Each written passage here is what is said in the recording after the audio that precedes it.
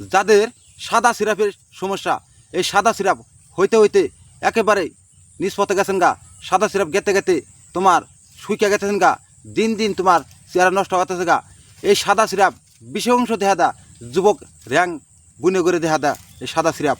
যাদের এই সাদা সিরাপ সমস্যা ভুগতেছেন, এক বোন আমাকে কমেন্ট করছেন যে ভাই আমার সাদা সিরাপের সমস্যা আমি ভুগতেছি, কি গাছ পর্যন্ত আছে নাকি আপনার সামনে আমি চাইতেছি আমাকে দিবেন। অবশ্যই আমি ব্যবহার করে দেখব। অবশ্যই সৃষ্টিকর্তা গাছের গুছানোর মধ্যে ক্ষমতা পাওয়ার দিচ্ছেন।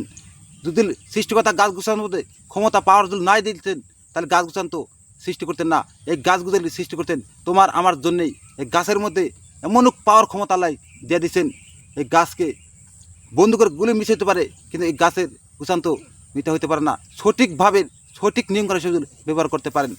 যাদের পুরাপূর্ণ এই সাদা সিরাপের সমস্যা ভুগতেছেন তারা কি করবেন, আমার হাতে দেখতেছেন এই গাছ ভালো করে চিনে রাখেন, চিনি চাম্পা গাছ। এই গাছ চর অঞ্চলে বেশিরভাগ থাকে, সব জায়গাতে থাকে, সব রাষ্ট্র তিপাজা এই চিনি চাম্পা গাছ। এই গাছের পাতার এত গুণ সৃষ্টিকর্তা দিচ্ছেন, একটা পাতা দুল আপনি মুহের মধ্যে দেন, এই যদি চাপান দেখবেন চিনির মতন মিডিয়া হয়ে যা, এত ক্ষমতা পাওয়ার দিচ্ছেন। আপনারা কি করবেন, এই চিনি চাম্পার গাছ একটা গাছের পাতা সব একবারে চুইচা তুলে নেবেন, এক মুঠ পরিমাণ তুলে নেবেন। এরও ভালো করে সেই রস করে 4 কাপের আধা কাপ বানাবেন। বানায়া আর ছাগলের দুধ নেবেন 4 কাপের আধা কাপ। আপনি এটা কোনো জাল করাবেন না, কাঁচা তাই নিয়ে 2টা একখানে পেস্ট করবেন। পেস্ট করিয়া সকালে গোসল করবেন, কইরা একটু খাইয়া দিবেন। দেখবেন প্রথম দিনে রেজাল্ট পাবেন।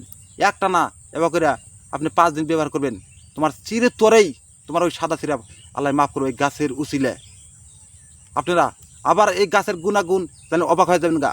যাদের বেশি অংশ বুক জাম হয়েছে গা, হঠাৎ করে ঠান্ডা লেগেছে গা, হঠাৎ করে এমন বুক জাম হয়েছে, প্রচুর ঠান্ডা লাগছে, তোমার নাক দিয়ে পানি আসে, তারা কি করবেন, এই চিনি চাম্পা গাছ আপনার ভালো করে লক্ষ্য করবেন। গাছটা এই চিনি চাম্পার গাছ আপনি 1 মুঠ পরিমাণ পাতা নেবেন, নিয়ে একটু সেইচা রস করে সকালে খালি পেটে খাই দেবেন।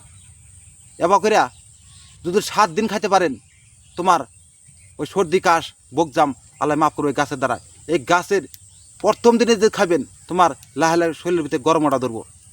এবার করে খাই দেবেন, আল্লাহ যেবাকার তোমার বকজাম এই গাছের উচিলে আল্লাহ মাফ করবো। আর আমার ভিডিও কেমন লাগলো, যদি ভালো লাগে তো শেয়ার করে সবাইকে ছড়া দেবেন, এটাই তোমার কাছে আবদার থাকলো। আর আমার জন্য বেশি বেশি দোয়া করবেন, এটাই তোমার কাছে আবদার থাকলো। খোদা হাফেজ।